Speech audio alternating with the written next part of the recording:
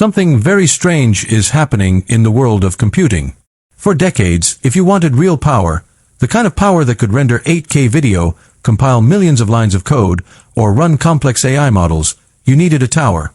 You needed a giant, heavy box under your desk with screaming fans and a massive power supply. But look at what I'm holding. It's a silver box that's smaller than a stack of books. It's silent. It doesn't even have a power brick outside of it anymore. This is the new Mac Mini M5. And it isn't just an upgrade. It is a declaration of war on the traditional desktop PC. Welcome to my channel Tech Launch. Subscribe my channel and click on the bell icon for the new tech updates. The story of the Mac Mini has always been one of being the underdog. It was a cheap Mac. The one you bought when you couldn't afford a Pro. But with the introduction of the M5 chip, Apple has done something that feels almost illegal. They've taken the same super cores found in their $12,000 Ultra computers and stuffed them into this entry-level machine. Today, we aren't just doing a review. We are investigating a shift in the industry. We're going to talk about why the M5 chip is a fundamental rewrite of how silicon works. We're going to look at the fusion architecture that Apple has been hiding in plain sight. And most importantly, we are going to answer the question that has the entire tech world in a panic. Did Apple just make the Mac Studio obsolete? If you are planning on buying a computer in 2026, you cannot afford to skip a single second of this. Because the M5 Mac Mini is a trap for some, and a miracle for others. And by the end of this video, you'll know exactly which side you're on. Let's start with the heart of the beast, the M5 Silicon.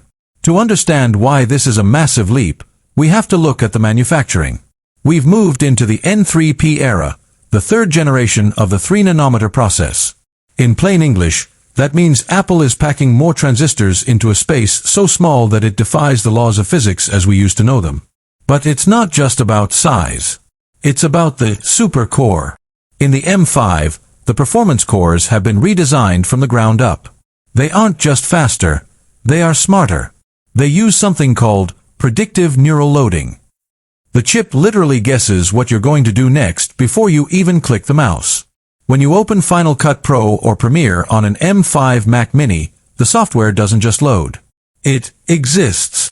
The latency has been reduced to nearly zero. But here is where the US audience needs to pay attention. The M5 isn't just a CPU anymore. It is an AI powerhouse. Apple has integrated a dedicated neural accelerator into every single GPU core. This isn't just for Siri. This is for the world of 2026, where every app we use is powered by large language models. If you're running a local copy of a 70 billion parameter model, the M5 Mac Mini handles it with the kind of grace that would have required a $5,000 GPU array just 2 years ago. But why would Apple give us this much power for such a low price? This is the $599 question. In the US market, the Mac Mini has always been the gateway drug. It's designed to get you into the ecosystem. But with the M5, the gateway is wider than ever. Apple is watching the rise of Windows on ARM laptops and the new Snapdragon-powered desktops.